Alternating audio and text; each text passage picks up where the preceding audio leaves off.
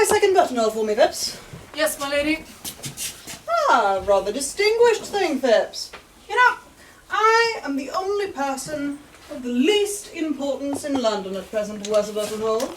Yes, my lady, I have observed that. You see, Phipps, fashion is what one wears oneself. What is unfashionable is what other people wear. Yes, my lady. You see, just as vulgarity is simply the conduct of other people, Yes, my lady. and falsehoods the truths of other people. Yes, my lady. Other people are quite dreadful. The only possible society is oneself. Yes, my lady. To love oneself is the beginning of a lifelong romance, Phipps. Yes, my lady. You know, Phipps, I don't think I quite like this buttonhole. Makes me look a little too old. Makes me look almost in the prime of my life, eh, Phipps? I don't observe any alteration in your ladyship's appearance. You don't, Phipps? No, my lady. Oh, I'm not quite sure. For the future, a more trivial buttonhole, Phipps, on Thursday evenings. I shall speak to the florist. He has had a death in the family as of late. Perhaps that accounts for the lack of triviality your ladyship observes in the buttonhole. Oh, extraordinary thing about the lower classes in England. They're always losing their relations. Yes, my lady, they are fortunate in that respect. Ah.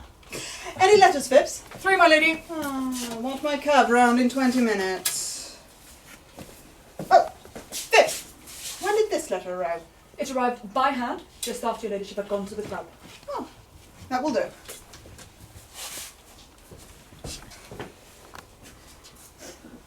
Sir Gideon's handwriting on Sir Gideon's purple notepaper.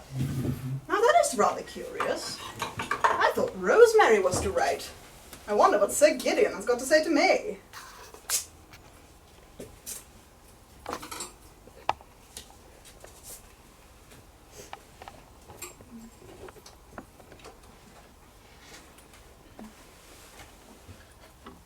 I want you, I trust you, I am coming to you.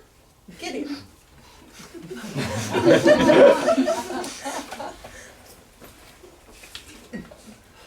I want you, I trust you, I am coming to you.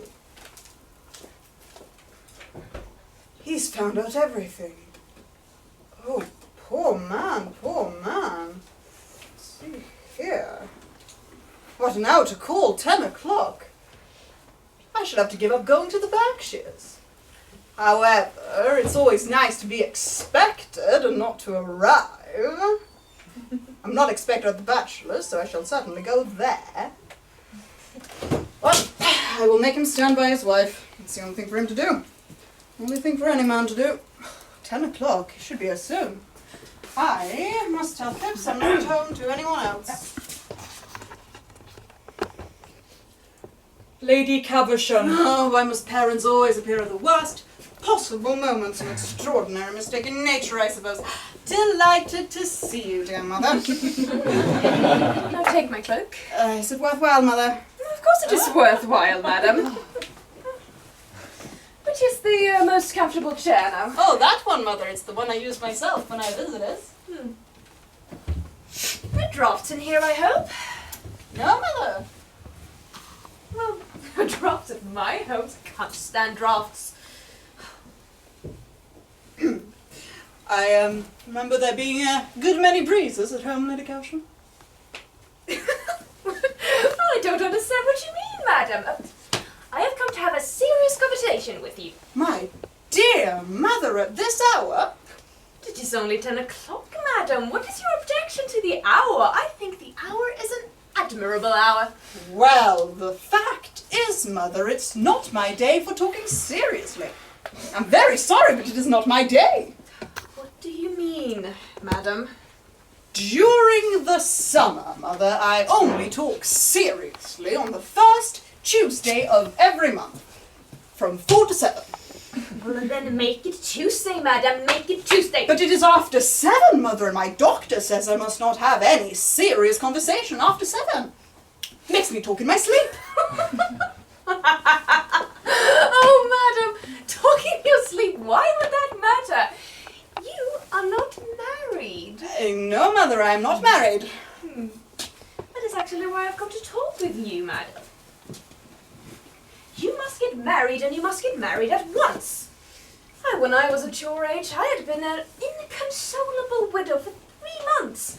I was already paying addresses to your admirable father. Oh, damn, madam. It is your duty to get married. Everyone of position is married nowadays. You cannot always be living for pleasure. Spinsters are not fashionable. Too much is known about them. They are a damaged lot. Look at where your good friend Lady Rosemary Chilton has gotten by hard work, principles, and a sensible marriage to a good man. Why do you not imitate her, madam? Why do you not take her for model? I think I shall, Mother. It should make me happy. At present I make your father's lives miserable on your account. You are heartless, madam, truly heartless. I hope not, Mother. And it is high time too. You're 34 years of age, madam. Well, yes, Mother, but I only admitted 32. 31 and a half, and I have a really good buttonhole. This one's not trivial enough. I tell you, madam, you are 34. Besides, there is a draft in this room which makes your conduct worse. Why did you not tell me there was a draft in this room, madam? I can feel it distinctly. Oh, yes, Mother, it's a dreadful draft. I will come and see you tomorrow, Mother. We can talk over anything you like. No, I have called upon this evening for a definite purpose, madam, and I will see it through whether it be on my health or yours. Now put down my cloak, madam. Certainly, but let us go into another room. There is a dreadful draft here. Phipps, is there a good fire in the smoking room? Yes, my lady. Come in here, Mother. Your sneezes are quite heartrending. Well, I suppose that I should have the right to sneeze whenever I want to, madam. Quite so. I was merely expressing sympathy. Oh, damn sympathy.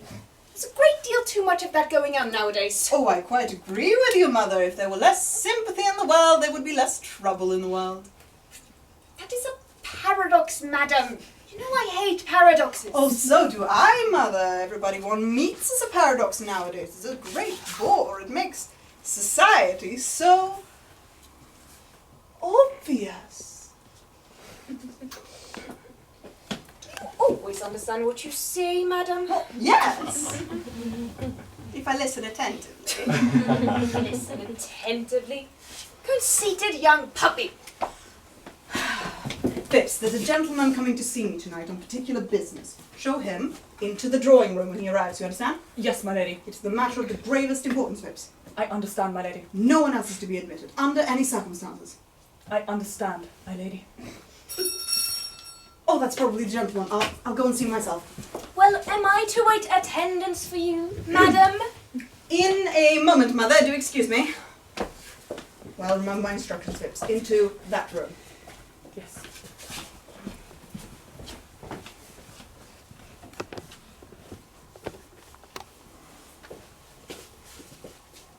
What name, sir? Is Lady Goring not here? I was told she was at home. Her ladyship is busy at present with Lady Caversham. Oh, very filial. Her ladyship told me to ask you, sir, to wait in the drawing room for her. My ladyship will meet you there. Lady Goring expects me? Yes, sir. Are you quite sure? She told me to ask you, if a gentleman were to call, to ask him to wait in the drawing room. Yes, my ladyship's instructions were very precise. Oh, thoughtful of her. To expect the unexpected shows a fairly modern intellect. Ooh! How dreary a spinster's drawing room always looks. I shall have to alter this. Oh, no, I don't care for that lamp. It is far too glaring. Light some candles. Certainly, sir. I hope the candles have very becoming shades. We have had no complaints of them, sir. As yet. I wonder what man she's waiting for tonight. It will be delightful to catch her. Women always look so silly when they are being caught, and they are always being caught. What a very interesting room. What a very interesting picture.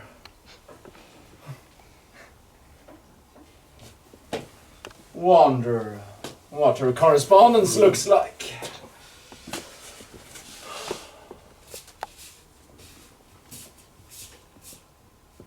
Oh, what a very uninteresting correspondence. Bills and cards, debts and invitations.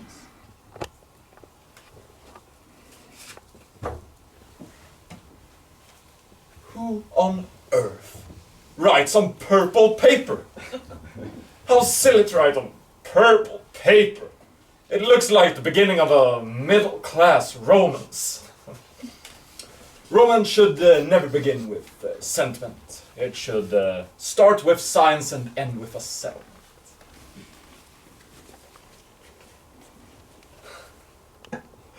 I recognize that handwriting. That is Gideon Chiltern's. I remember it perfectly. The 10 Commandments in every stroke of the pen and the moral law all over the page. Wonder what Gideon is writing to her about. Something horrid about me, I suppose. Oh, how I detest that man.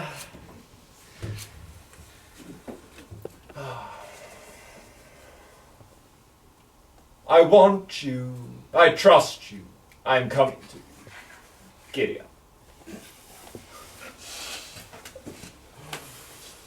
Oh, I want you. I trust you. I'm coming to you. Gideon. The candles in the drawing room are lit, sir, as you directed. Oh, thank you. I trust they will have very becoming shades. They are the same ones as my ladyship uses when she is dressing for dinner. Oh, then I am sure they will be perfectly right. Thank you.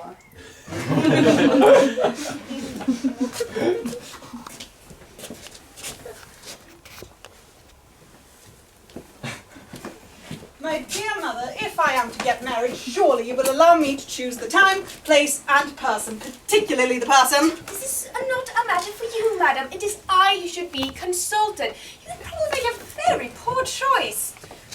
Affection is something that comes on later in married life. Yes, mother, in married life, affection comes when the two people thoroughly dislike each other, mother, doesn't it? Certainly.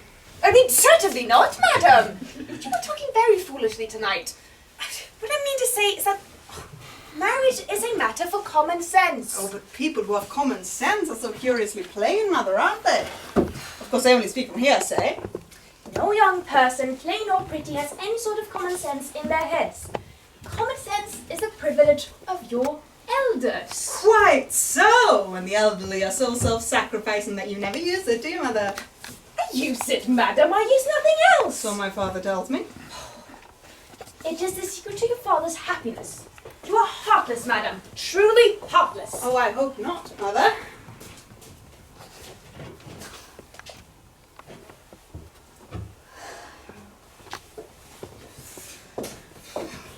My dear Amelia, what a piece of good luck meeting you on your doorstep. Your servant had just told me you were not at home. How extraordinary. Well, the fact is, Rosemary, I'm horribly busy tonight, and I gave orders I was not at home to anyone.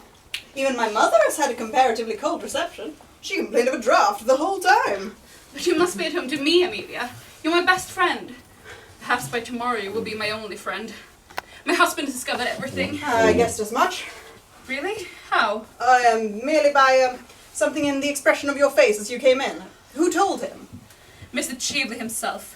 And now the man I love knows that I began my life with an act of low dishonesty, that I built up my career on the sands of shame, that I sold, like a common huckster, the secret that had been entrusted to me as a person of honour.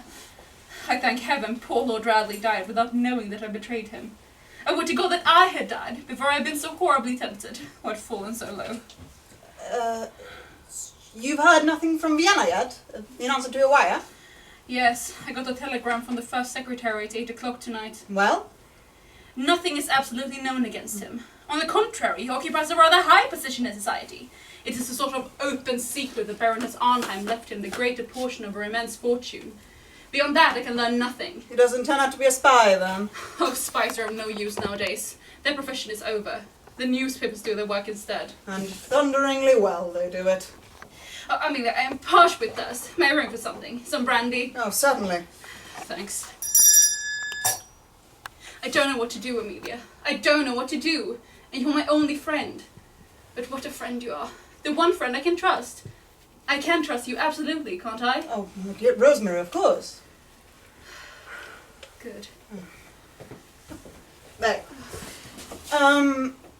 Bring in some brandy. And, Rosemary, if you'll excuse me for a moment, I want to give some directions to my servant. Certainly. When that gentleman arrives, tell him I'm not expected at home this evening. Tell him I've been suddenly called out of town, understand? The gentleman? It's in that room. You did ask me to direct the gentleman into that room? You did perfectly right.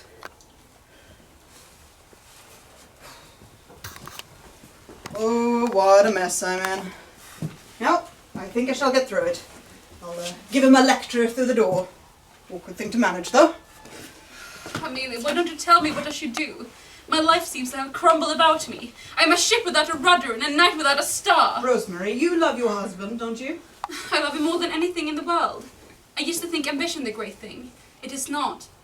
Love is a great thing in the world. There is nothing but love, and I love him. But I'm defamed in his eyes. I'm ignoble in his eyes. There is a wide gulf between us now. He has found me out, Amelia. He has found me out. He has never in his life done some folly, some indiscretion, that he should not forgive your sin? My husband. Never. He does not know what weakness or temptation is. I am of clay, but he stands apart as good people do.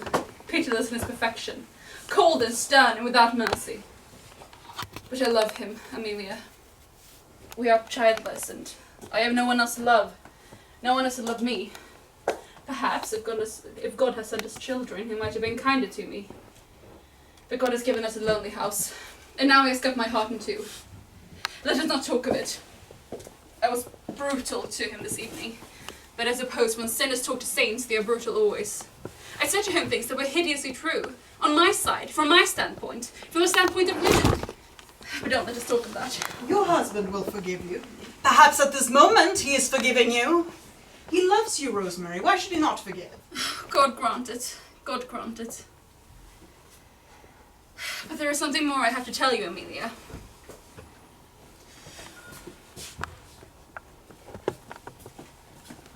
Thank you.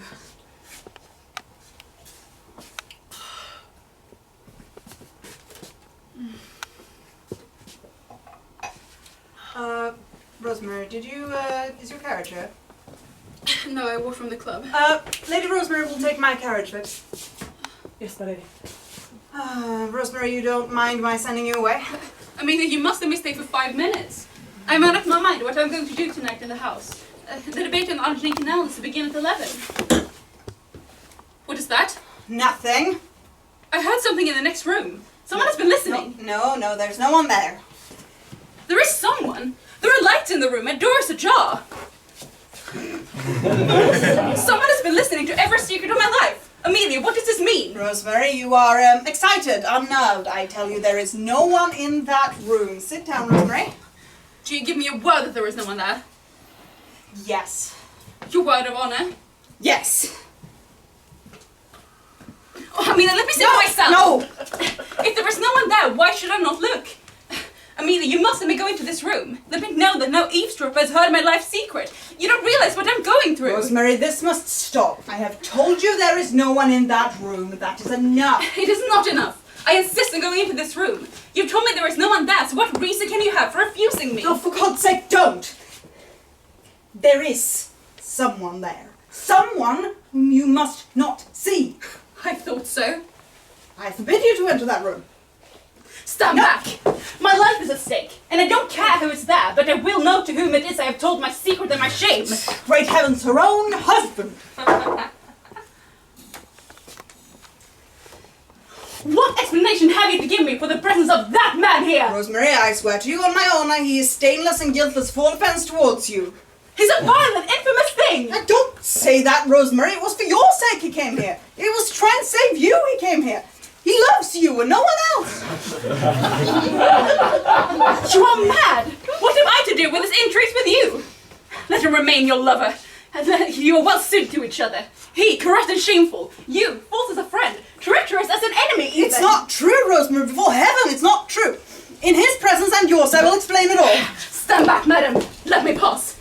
You've lied enough upon your word of honor. Good evening, Lady Goring. Mr. Cheveley!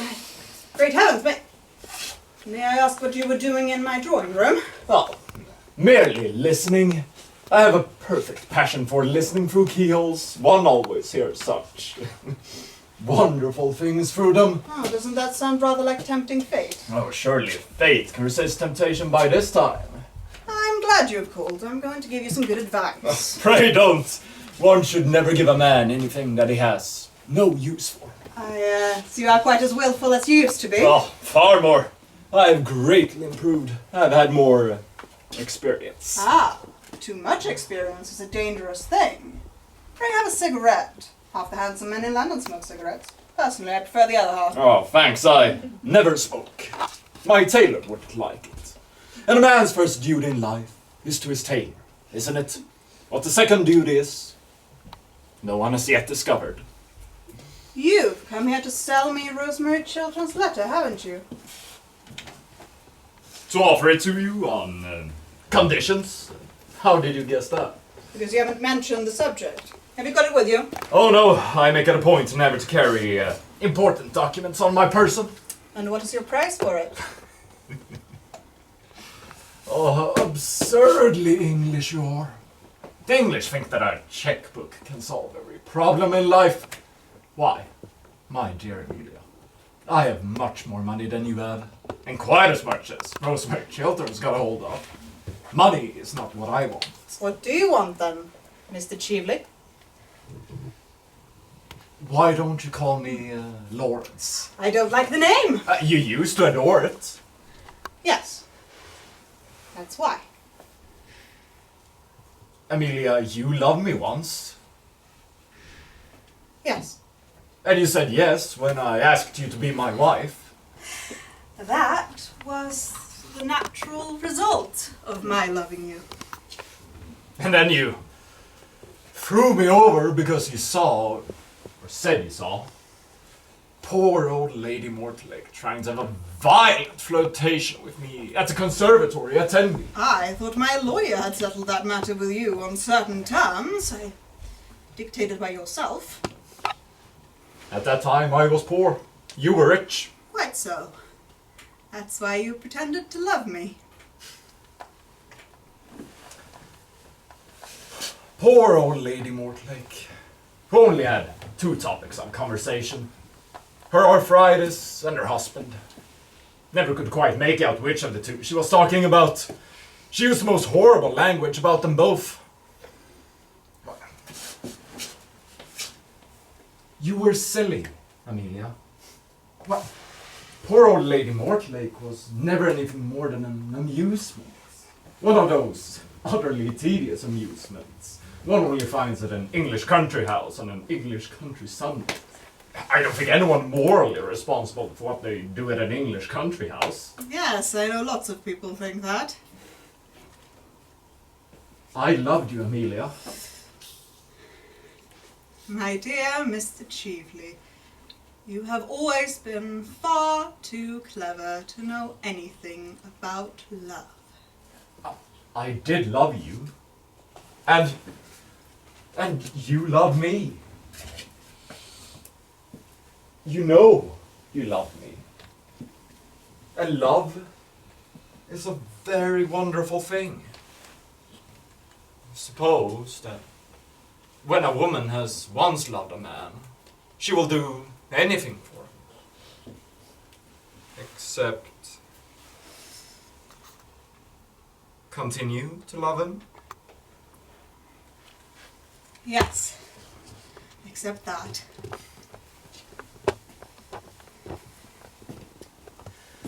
I'm tired of living abroad. I want to come back to England. I want to have a charming house here. If one could only teach the English how to talk, society here would be quite civilized. Besides, I have arrived at the romantic stage. When I saw you last night at the Children's, I knew you were the only one I had ever cared for. If I have ever cared for anybody, Amelia. And so, on the morning of the day you marry me, I will give you back Rosemary Chiltern's letter. I will give it to you now if you promise to marry me. Now? Tomorrow. Are you really serious? Yes, quite serious. I should make you a very bad wife. Oh, I don't mind bad wives. I've had two. They amused me immensely. You mean you amused yourself immensely, don't you? What do you know about my married life? Nothing, but I can read it like a book. What book? The Book of Numbers. Do you really think it is quite charming to be rude to a guest in your own house? I do find you fascinating, Mr. Chewley. Few would have the audacity to claim any sort of moral high ground from your position. I suppose that is meant for a compliment, my dear Amelia. Men are never disarmed by compliments. Women always are. That is the difference between the two sexes. Men are never disarmed by anything, as far as I know them. Then you are going to allow your greatest friend, Rosemary Chiltern, to be ruined, rather than marry someone who has considerable attractions left. I thought she would have risen to some great height of self-sacrifice. I think you should. And the rest of your days you can spend in contemplating your own perfections. Oh, I do that as it is, and then self-sacrifice is really a thing that should be put down by law. It's so demoralizing for the people for whom one sacrifices oneself. They always go to the bad. As if anything could demoralize Rosemary Chiltern. You seem to forget I know her real character. What you know about her is not her real character. It was an act of folly done in her youth. Dishonorable, I admit. Shameful, I admit. Unworthy of her, I admit. And therefore, not her true character. Oh, how you women stand up for each other. How you men war against each other. Oh, I will only war against one man. Against Gideon Chiltern. I hate him now more than ever. Oh, because you brought a real tragedy into his life, I suppose.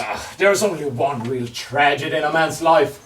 The fact that his past is always his lover and his future invariably his wife. Sir Gideon Chiltern knows nothing of the kind of life to which you are alluding. A man whose size in shoes is 11 and a half never knows much about anything. You know Gideon's always worn 11 and a half. That's one of the reasons why there's never been any moral sympathy between us. Well, Amelia, I suppose this romantic interview may be regarded as at an end. You will admit it was romantic, don't you? For the privilege of being your husband, I was ready to surrender a great price. The climax of my diplomatic career. You decline. Very well. If Lady Rosemary does not uphold my scheme, I expose her. Voila, tout. You mustn't do that. It would be vile, horrible, infamous. Oh, don't use big words. They mean so little. It is a commercial transaction. That is all. There's no good mixing up sentimentality in it. I offered to sell Rosemary Chiltern a certain thing. If she won't pay me my price, she will have to pay the world a greater price. There's no more to be said. I must go now. Won't you shake hands? With you? No. Your transaction with Rosemary Chiltern may pass as a loathsome commercial transaction or loathsome commercial age. But you seem to have forgotten that you came here to talk of love. You whose lips desecrated the word love. You to whom the thing is a book closely sealed went this afternoon to the house of one of the most noble and gentle men in the world to degrade his wife in his eyes, to try to kill his love for her, to put poison in his heart and bitterness in his life, to break his idol and, it may be, spoil his soul. That was horrible. That I cannot forgive. For that, there can be no forgiveness. Amelia, you are unjust to me. Believe me, you are quite unjust to me. I didn't go to Todd's Gate Inn at all. I had no intention of doing anything of the kind when I entered. I called with Lady Markby simply to ask what an ornament pocket watch of mine had been found at the Chilterns. If you don't believe me, you can ask Lady Markby. She will tell you it is true. The scene that occurred happened after Lady Markby had left and was really forced on me by Gideon's rudeness and snares. I called him, a little out of malice if you like, simply to ask whether a diamond watch of mine had been found at the Chilterns. That was the origin of the whole thing. A diamond watch? With a ruby? Yes. How did you know? Because it is found. In point of fact, I found it myself, and I stupidly forgot to tell the butler anything about it as I was leaving. It's somewhere over... Ah! There it is. Oh, I'm so glad to get it back. It was a present. Won't you wear it? Certainly, if you put it on. Why do you put it on my arm? I never knew it. Could be worn as a wristwatch. Really? No, but it looks very well on me as a bracelet, don't you think? It does. Are you going to the galleries to hear Lady Rosemary's speech? That is my intent. After that, I will either attend a soiree hosted by the Grenvilles, or a gala with the Seymours. Perhaps both, if I find myself in the mood to celebrate. Indeed, you are quite the socialite. But, if you are to make it for her speech, you haven't got much time. Will you not join me? I think this has been quite enough politics for one night. Amelia, I must ask you, one last time.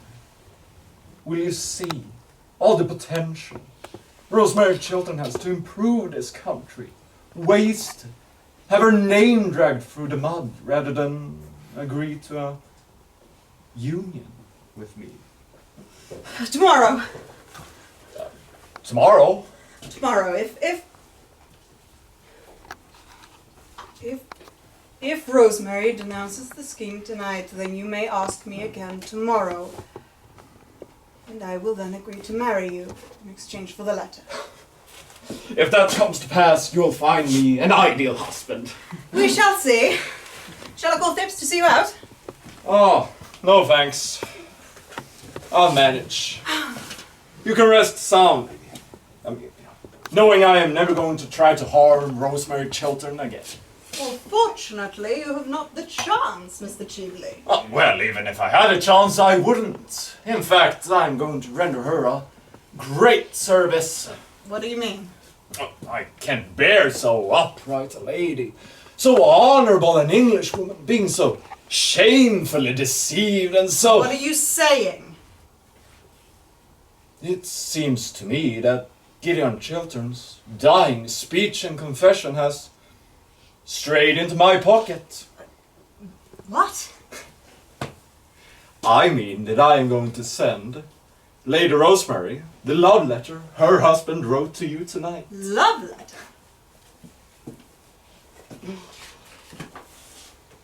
I want you. I trust you. I am coming to you. Gideon! Give it back, Lawrence! Only one letter per matrimony, I am afraid. Surely this one is not half so terrible as the other.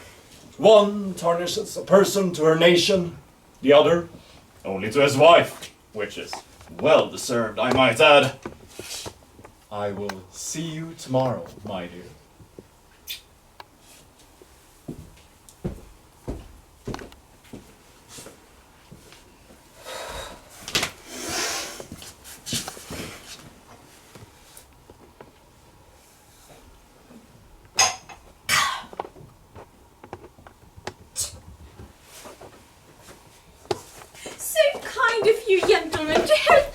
Redecorating. You know, at the dinner party last night, Fredrika told me all about the scandals and the last time they decorated. Okay, so as you can see, everything goes. It is rather dreadful. You're Yes. quite sure? You well then let's... You can't say. Do you think you can keep any of this? Do you? Well, this is quite nice. Oh, this one's good too. this one. You can want the candle, not my Yeah, candle. I'll keep this one. No? You can leave that right there. It's quite a lovely candle. Okay then I'll just stand here then. Thank you. That's what you do best. Okay, so, you know, I am here to supervise this whole thing, because again you told me about what happened last time you were decorating. If you don't remember, they asked you Don't to strain do... yourself, Sebastian. Oh, I didn't strain myself. That was What was my They shoe cracking. They asked, they wanted to have the, last time they were here, they wanted to have the Austrian style, of course. You know, But do they Mr. need a Sylvia, mirror? if you went to Vienna, They don't they need had a mirror, do they? Oh, no. Yep, well, that one You know, goes politicians never look in a mirror. Are you sure not I do any of this? I mean, it does look rather dreadful, doesn't it? Archie? Can I stop Yes, you? shall we? Yes, I need the dining Thank you table. very much. Yes, just grab it. All of it. Oh, wait, we have to Sorry. We can just sell the rest of it. Everything. sell it. No, sorry. I Do mean, you think you'll get any money for this? sorry. Oh no, we are doing it. It's for charity, I think. Yes, I don't know. Leave it out. Oh, yes, we will. This is giving me kind of a headache. Do you... Did you have to ask them to help, my lady? Well, there was a gentleman last night, you know. Lady Mockby, please. I have to do everything myself, don't I? Well, I could have done it.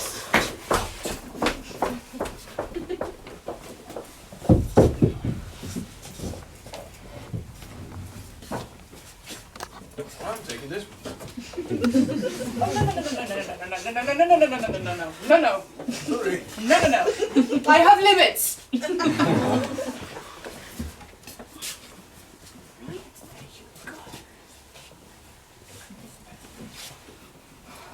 I'll take this one. No, I was just... You can have that one. That's Pick for the serving. glass. Yeah, well, that's crystal.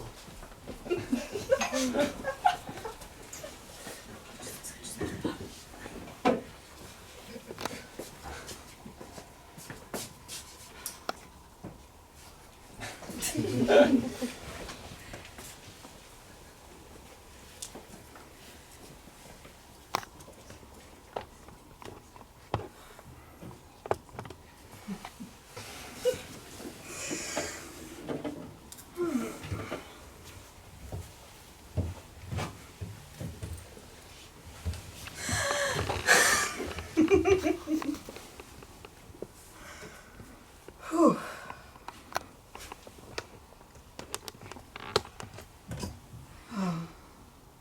Well,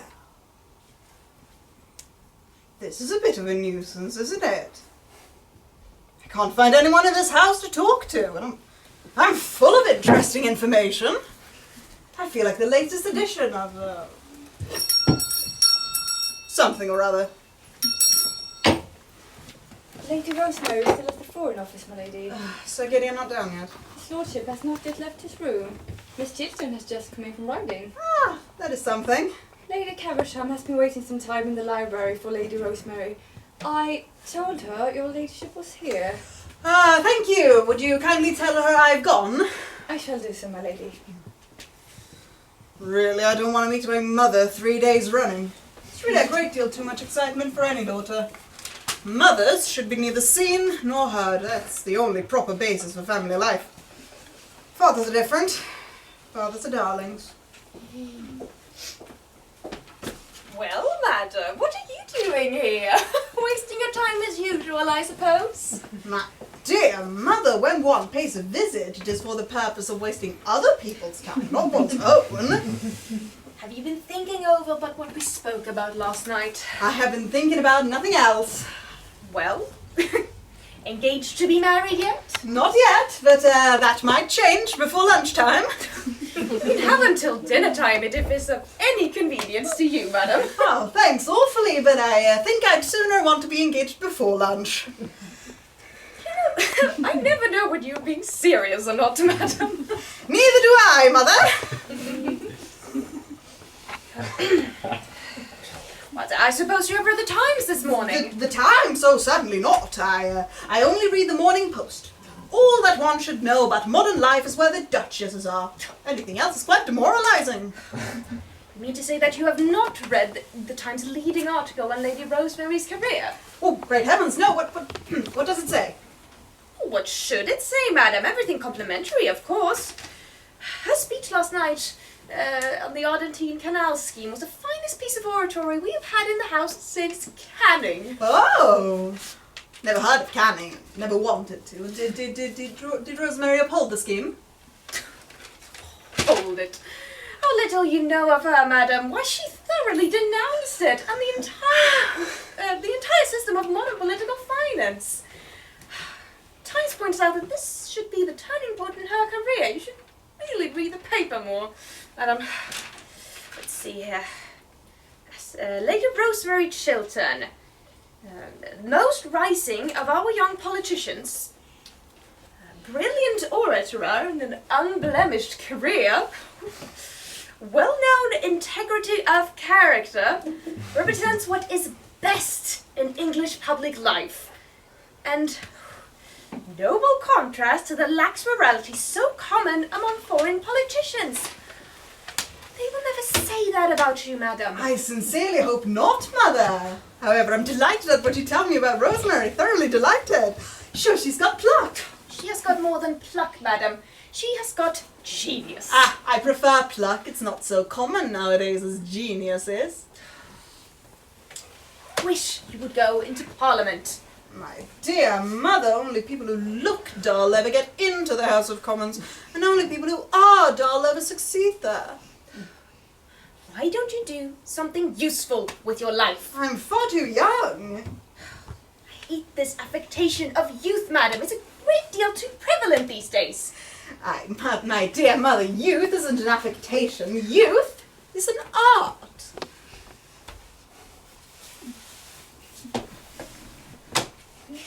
Why don't you propose to that pretty Miss Chiltern? I am of a very nervous disposition, Mother, especially in the morning. Well, I suppose that there is not even the slightest chance of her accepting you. Oh, I don't know how the betting stands today. If she did accept you, she would be the prettiest fool in England, I think. Oh, that's just what I should like to marry. A thoroughly sensible spouse would reduce me to a condition of absolute idiocy in less than 6 months. You don't deserve her, madam. My dear Mother, if I married whom I deserved, I should have a very bad time of it. I have had enough of your witticisms today, madam. I have a very important meeting down at Downing Street. Tell Lady Rosemary that I should be back later. Tell her about the Prime Minister's thoughts on her speech. She, you see, is the kind of woman worthy of the Prime Minister's time.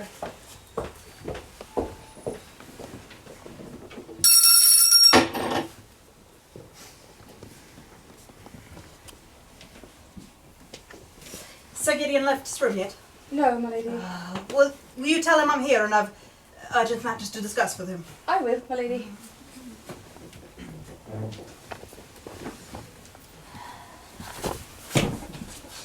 Goodness gracious.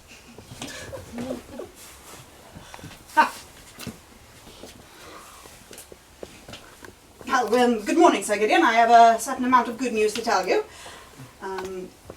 I have found a way of obtaining Rosemary's letter from Mr. Cheveley. Rosemary is safe. Safe? Oh, I'm so glad for that. What a good friend you are to her. To us. Yes, there is only one person now that could be said to be in any danger. Who's that? Yourself. I? In danger? What do you mean? Danger is too great a word I should not have used, but I admit I have something to tell you that may distress you. That terribly distresses me. Yesterday evening you wrote me a very beautiful letter asking me for my help. You wrote to me as one of your oldest friends, one of your wife's oldest friends. Mr. Cheveley stole that letter from my rooms. Well, what use is it to him? Why should he not have it? I'll be quite frank, Sir Gideon. Mr. Cheveley puts a certain construction on that letter and proposes to sell it to your wife. But what construction could he put on it? Oh, not that! Not that! If I'm in trouble and trusting you, propose to come to you, then that would be so that you would advise me and assist me, not other people so horrible as that. Now he proposes to sell, no, send it to my wife. Tell me all that happened. Last night, Mr. Qvillberg was concealed in a room adjoining my library without my knowledge. I thought that person in the room was yourself. Rosemary came in unexpectedly. A chair or something, I don't know, made a noise in that room. She forced her way in and she discovered him. We had a terrible scene. I still thought it was you. She left me in anger. At the end of everything, Mr. Qvillberg got possession of your letter. He stole it. When or how, I don't know. But at what hour did this happen? At 10:30. And now I propose that we go and tell Rosemary the whole thing at once. You want me to tell Rosemary that the man you were expecting last night was not Mr. Qvillberg but myself? That it was I whom you thought was concealed in one of your rooms at 10:30 at night? You want me to tell her that? I think it is better that she should know the exact truth. I couldn't. May I do it? No! Believe me, Sir Gideon, you are wrong. No, the letter must be intercepted, that is all. But how can I do it? Letters arrive for her every moment of the day. Her secretaries open them and hand them to her. I dare not ask her servants to bring me her letters. That would be impossible. Oh, tell me what to do. Pray be calm, Sir Gideon, and answer the questions I'm going to put to you. You said her secretaries open her letters, didn't you? Yes? Who's with her today? Mr. Trafford, isn't it? No, Mr. Muntford, I think. You can trust him? Oh, I don't know. He would do what you ask of him, wouldn't he? I suppose so. Well, your letter was on purple paper, right? He would recognize it without looking at it, wouldn't he, by the colour? I think so. Right. Is he in the house right now? Yes. Then I will go and see Mr. Muntford and tell him that a certain letter written on purple paper is to be forwarded to Rosemary today and at all costs it must not reach her. Ah, speak of the devil, and indeed she appears. Good morning, Lady Goring, Gideon. Mabel! Good morning, Sir Gideon. Amelia. Thank you for a most charming conversation, Miss Mabel. Mr. Qvillberg, I would like for you to remove yourself from my house and from my family. I suppose you've already given my letter to Rosemary. Is that not enough? I've left it with Lady Rosemary's secretary, yes, but I marvel at your tone, Sir Gideon. Is this how you choose to address the soon-to-be husband of a close friend? I beg your pardon. It is tomorrow, Amelia. Will you honor our agreement from last night?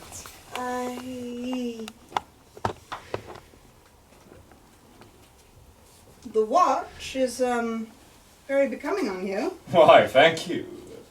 I hope people made note of its beauty last night. Oh, Lady Grenville did indeed compliment the ruby. Most charming of her. And, did you figure out how to remove it? Oh, the clasp is confoundedly difficult. How did you know?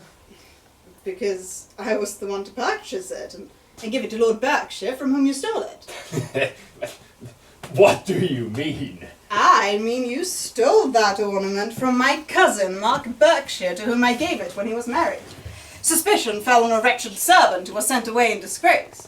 I recognized it the night before last. I was determined to say nothing about it till I'd found the thief. Well, I've found the thief now, and I've heard his own confession. It is not true. No, it is true. Why, thief is written across your face this very moment. I will deny the whole affair. I will say that I have never seen this wretched thing, and that it was never in my possession.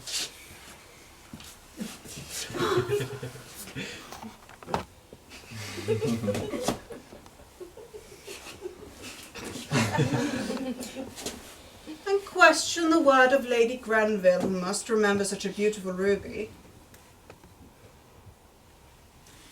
The drawback of stealing a thing, Mr. Cheveley, is that one never knows how wonderful the thing that one steals is. You can't get the watch off unless you know where the spring is, and I see you don't know where the spring is. It is rather difficult to find. Ballads, you coward! Oh, don't use big words. They mean so little. What are you going to do? I'm not going to do anything. Sir Gideon, however, is going to ring for his servant. She's quite admirable, you see. Always comes in the moment one rings for her. When she arrives, Sir Gideon will tell her to fetch the police. The police? What for? Tomorrow, the Berkshires will prosecute you. That is what the police are for. Don't do that. I will do anything you want, anything in the world you want. Oh, give me Rosemary Chilton's letter.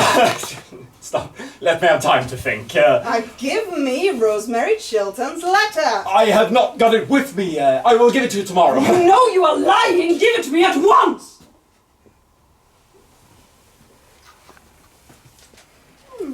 This is it? Yes. Let me see. That's about right. Well, you know, for so well dressed a man, Mr. Cheveley, you have moments of admirable common sense. I congratulate you.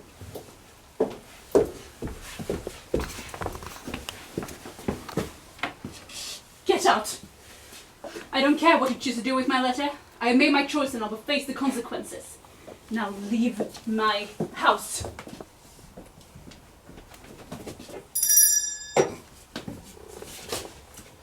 I see now, Amelia, that you and I are even more similar than I at first thought. I hope to make you understand that someday. Note to self, take it.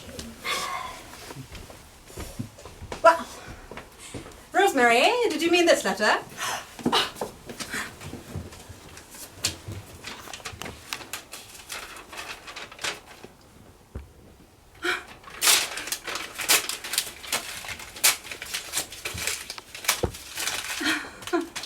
Amelia. Thank you. I see you have my letter, Rosemary. I want you. I trust you. I'm coming to you. Gideon. Oh, my love, is this true? Do you indeed trust me and want me?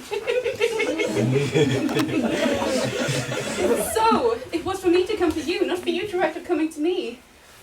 Even before you destroyed my own letter, this message of yours, Gideon, made me feel that nothing that the world might do could hurt me. You want me, Gideon. Yes. You trust me, Gideon. Yes. But why did you not add that you loved me? Because you know I love you.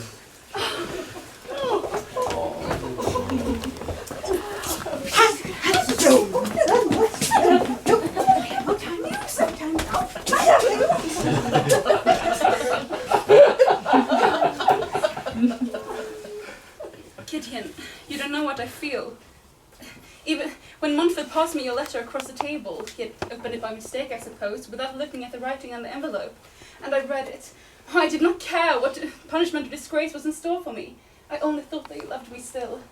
And now there is no disgrace in store for you, nor any public shame. I can hardly comprehend it. What a wonderful thing to be safe.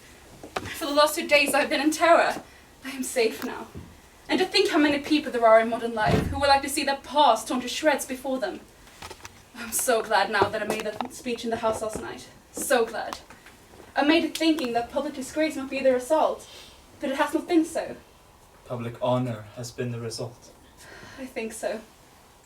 I fear so, almost. For although I am safe from detection, although every proof against me is destroyed, I suppose... Gideon, I suppose I should retire from public life. No, yes, absolutely, you should do that. It is your duty to do that. It is much to surrender. No, it'll be much to gain. And you would be happy living somewhere alone with me? Abroad, perhaps, or in the countryside, away from London, away from public life? You would have no regrets? None, Rosemary. And your ambition for me, You used to be ambitious for me. My ambition. I have none now, but that we two may love each other. It was your ambition that led you astray. Let us not talk about ambition. Madam, when they see which news that I bring, if I am a disturbance, then I will be a welcome one. Lady Caversham. Sir Gideon, lovely to see you, and Lady Chilton, warmest congratulations on your speech last night. I have just come down from Downing Street, and the Prime Minister has left the open seat in the cabinet for you. A seat in the cabinet? Oh yes, so you have the letter right here.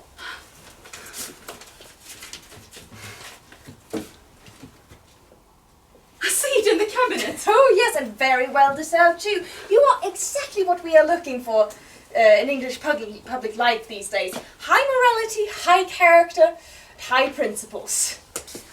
Everything you have and you never will, madam. I don't like principles, Mother. I prefer prejudices.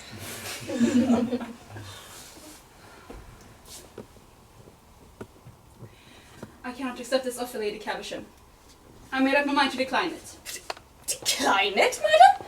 Yes, it is my intention to retire at once from public life. Decline a seat in the cabinet and retire from public life? I've never heard of such nonsense. What manner of it? Please excuse me, don't grin like that, madam. No, Mother. Sir Gideon, you are a sensible man. The most sensible man I know, perhaps even the most sensible man in London. Would you please convince your wife that this is would you please not make it? Would you please do that, Sir Gideon? I think my wife is right in her determination, Lady Caversham. I approve of it. Approve of it? Good heavens! I admire her for it. I admire her immensely for it. I have never admired her so much before. She is finer than even I thought her. Now, you will write to the Prime Minister now, won't you? Don't hesitate about it, Rosemary. I suppose I had better write it at once. Such offers are not repeated. I will ask you to excuse me for a moment, Lady Caversham. I may come with you, may I now? Yes, Gideon. I have never heard of such nonsense. Is there something wrong up here? Idiocy? This is sad. Husband as well as wife, I suppose, hereditary.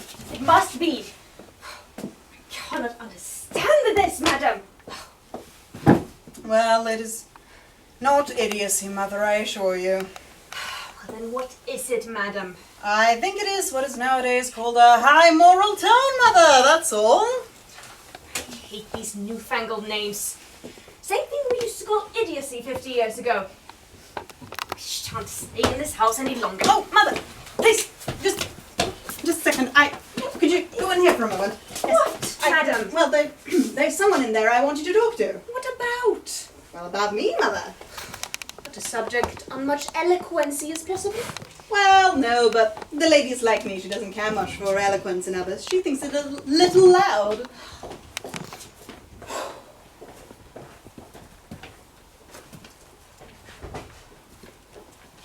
Sir Gideon, why are you playing Mr. Cheveley's cards? Lady Goring. Sir Gideon, allow me. Mr. Cheveley made an attempt to ruin your wife, either to drive her from public life or make her adopt a dishonourable position. From the latter tragedy, you saved her. The former, you are now thrusting upon her. Why should you do her the wrong Mr. Cheveley tried to do and failed? I don't understand. Please excuse me. You wrote me a letter last night in which you said you trusted me and wanted my help. Now is the moment when you really want my help. Now is the moment when you have got to trust me, to trust in my counsel and judgment. You love Rosemary. Do you want to kill her love for you?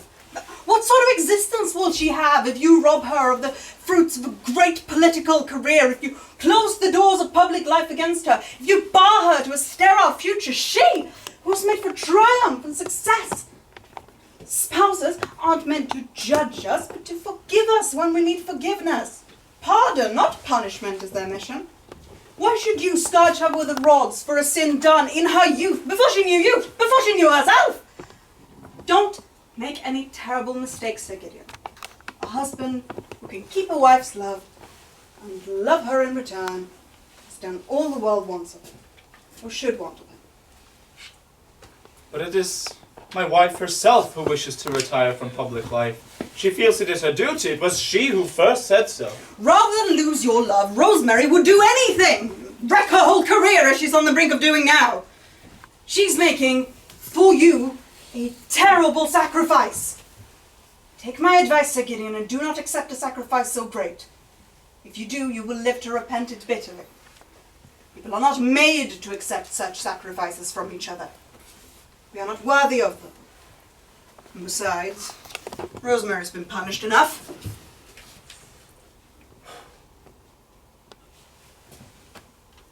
We've both been punished. I set her up too high. Do not for that reason set her down too low now. If she has fallen from her altar, do not thrust her into the mire.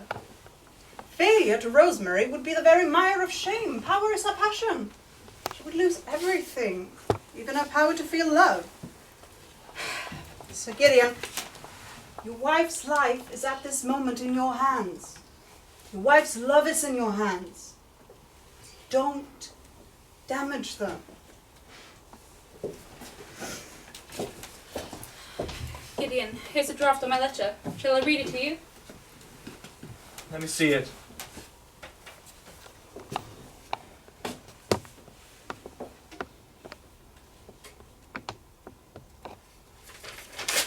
What are you doing?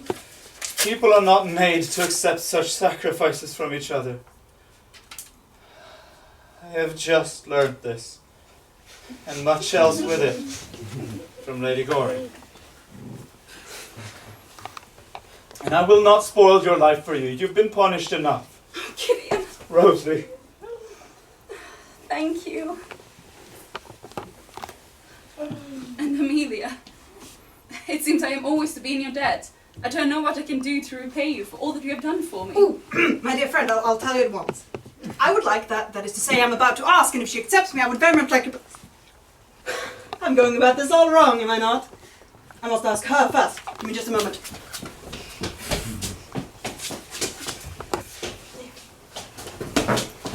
Really, Amelia, it is horrendously impolite of you to drag me away from your dear mother like that. I find our conversation much more improving than yours, but I do hope you have a way to make it up to me. Indeed, I hope so too. Actually, I have something very particular I want to say to you. Oh, is it a proposal? It is. I'm about to say it is. Oh, I'm so glad. That makes the second one today. Second today? What conceited ass has been impertinent enough to propose to you before I had the chance to propose to you? Tommy Trafford, of course. It is one of Tommy's days for proposing. He always proposes on Tuesdays and Thursdays. Well, that is during the summer, of course. You didn't accept him, I hope? Oh, I make it a rule never to accept Tommy. That is why he goes on proposing, you see. Well, as you didn't show up this morning, I very nearly said yes. Would have been an excellent lesson for both you and for him if I had. Would have taught you both better manners. People, do be serious. Please be serious. That is the sort of thing one always says to a girl before one is married to her. One never says it afterwards, though. Mabel, I've told you I love you. Can't you love me a little in return? You silly Amelia. If you knew anything about anything, which you don't, you would know that I adore you. Everyone in London knows that I adore you. It is a public scandal the way I adore you. I have been going about the last 6 months telling the whole of society that I adore you. I wonder you consent to have anything left to say to me. I have no character left at all. At least I feel so happy that I am certain I have no character left at all.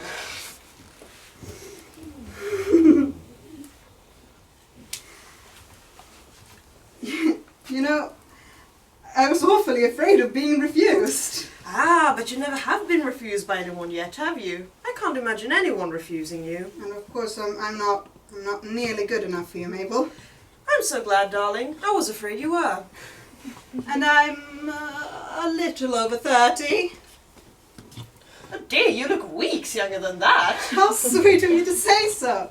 And it's only fair to tell you I'm fearfully extravagant. Well, so am I, so we're sure to agree. Oh. You know, when I arrived here an hour ago, I never thought so many things could go so well.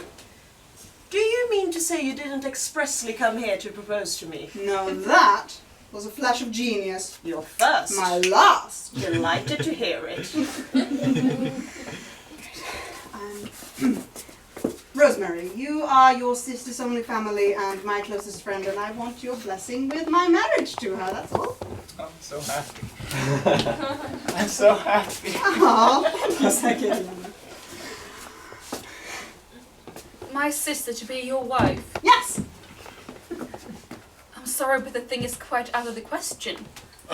I have to think of Mabel's future happiness, and I don't think her happiness would be safe in your hands. And I cannot have a sacrifice. Sacrifice? Rose, what are you saying? Yes, utterly sacrificed. Loveless marriages are horrible, but there is one thing worse than an absolutely loveless marriage. A marriage in which there is love, but on one side only. Faith, but on one side only. Devotion, but on one side only. And in which of the two hearts one is sure to be broken. But I love Mabel. No other man or woman has any place in my life. If they love each other, why should they not be married? Amelia cannot bring Mabel the love that she deserves. What reason do you have for saying that? Do you really require me to tell you? Certainly I do. As you choose. When I called on you yesterday evening, I found Mr. Cheveley concealed in your rooms. It was between 10 and 11 o'clock at night. I do not wish to say anything more. Your relations with Mr. Cheveley have, as I said to you last night, nothing whatsoever to do with me. I know you were engaged to be married to him once. Perhaps the attractions he exercised over you then have returned. You spoke to me last night of him as a man pure and stainless, a man whom you respected and honoured. That may be so, but I cannot give my blessing to the union between my sister and you. It would be wrong of me. It would be unjust, infamously unjust to her. Amelia, why aren't you responding? I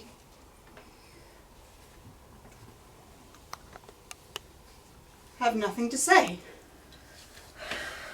But Rose, this makes no sense. If you had seen what had occurred just before you came in... Mabel, you whatever wouldn't have- happened, it does not change the fact that Mr. Cheveley was at Lady Goring's house last night, that he lied to me about it and then tried to defend him.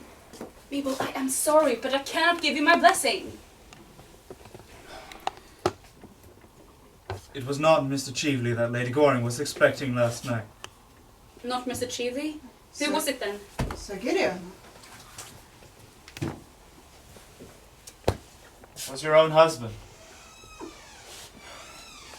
Yesterday afternoon, Lady Goring told me that if ever I was in trouble, I could come to her for help, as she was and is our closest and best friend. Later on, after that terrible scene in this room, I wrote to her telling her that I trusted her, that I had need of her, and that I would be coming to her for advice. Yes, that letter. I didn't go. I felt that it was from ourselves alone that help could come. Pride made me think that. Mr. Cheveley went, and he stole that letter and had it sent anonymously to you so that you should think that... Rosemary, I cannot tell you what he wished you to think. What? Had I fallen so low in your eyes that you thought that even for a moment I could have doubted your goodness? Gideon, I could never question your morality for a moment. But you are making me wonder about your wits, the both of you. Amelia, you can go to Mabel, and you have my best wishes. Oh, stop a moment. There is no name at the beginning of this letter. The brilliant Mr. Cheveley does not seem to have noticed that. There should be a name. Let me write yours. It is you I trust to need.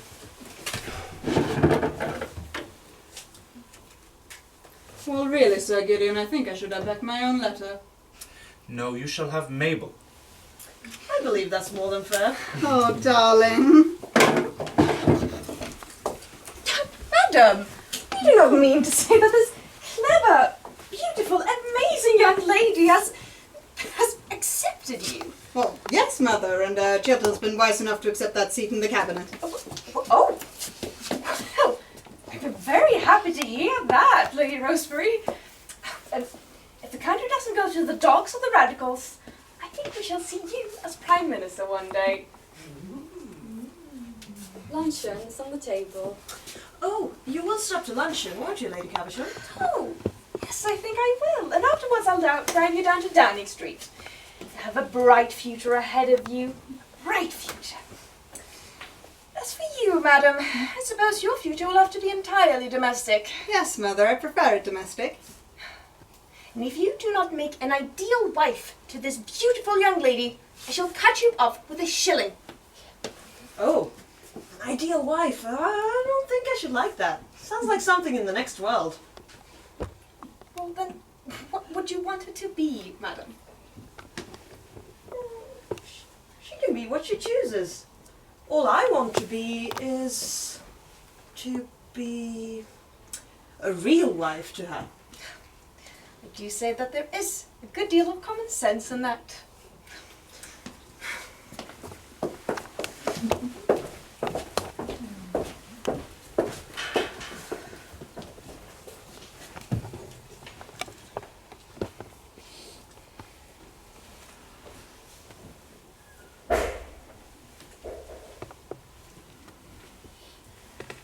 Are you not coming in, Rosemary?